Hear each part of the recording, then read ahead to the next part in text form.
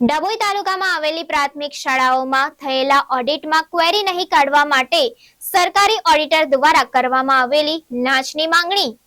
ડભોઈ તાલુકામાં આવેલી પ્રાથમિક શાળાઓમાં થયેલા ઓડિટમાં ક્વેરી નહીં કાઢવા માટે સરકારી ઓડિટર દ્વારા કરવામાં આવેલી લાંચની માંગણી બાદ તાલુકાની શાળાના આચાર્યો પાસે રૂપિયાની ઉઘરાણી કરવામાં આવી હતી. ત્યારે એક શાળાના આચાર્યએ એસીબીમાં ફરિયાદ કરતા ગોઠવેલા છટકામાં 2 આચાર્ય 2 નિવૃત્ત શિક્ષક ₹2000ની લાંચ લેતા ઝડપાઈ ગયા હતા.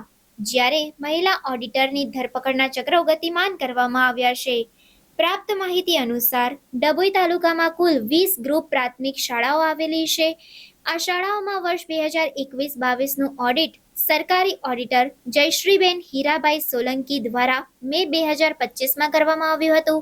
દરેક શાળાના આ ઓડિટમાં કોઈ ક્વેરી નહીં કાઢવા માટે વસઈ પ્રાથમિક શાળાના આચાર્ય ઘનશ્યામભાઈ ભૂપેન્દ્રભાઈ પટેલે એક ગ્રુપ શાળાના ₹2000 પ્રમાણે 20 ગ્રુપ શાળાઓ માટે ઓડિટરને ₹40,000 આપવા માટે ડભોઈ તાલુકાના તમામ ગ્રુપ આચાર્યો પાસે ₹2000ની માંગણી કરી હતી.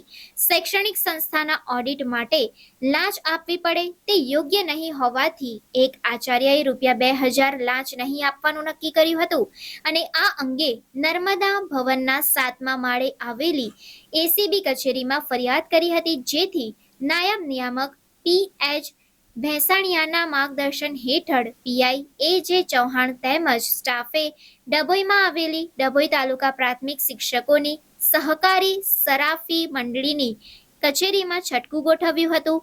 ફરિયાદ કરનાર ગ્રુપ આચાર્યએ ₹2000 લાંચની રકમ ઘનશ્યામભાઈ પટેલને આપી હતી અને ઘનશ્યામભાઈએ આ રકમ ઓફિસમાં બેસેલ નિવૃત્ત શિક્ષક બુદ્ધિસાગર સોમાભાઈ પટેલને આપી હતી. બાદમાં બુદ્ધિસાગરે લાંચના પૈસા મહેન્દ્રસિંહ ગણપતસિંહ સોલંકીને આપ્યા બાદ તેણે નિવૃત્ત શિક્ષક મુકુંદભાઈ બાબુભાઈ ચૌહાણને આપ્યા હતા. બાબુભાઈએ લાંચની આ રકમ અન્ય આચાર્યો દ્વારા આવેલા ₹14,000ની સાથે એક ચિઠ્ઠીમાં લખી તેને ઘડીવાળી પોતાની પાસે રાખેલ હતી.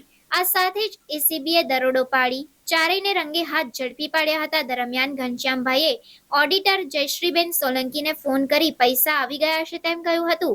એસીબીએ આ અંગે શિક્ષકો સામે ભ્રષ્ટાચાર અધિનિયમ હેઠળ ગુનો દાખલ કરી ચારેયની અટકાયત કર્યા બાદ મહિલા ઓડિટર જયશ્રીબેનને ઝડપી પાડવાની કાર્યવાહી હાથ ધરી છે.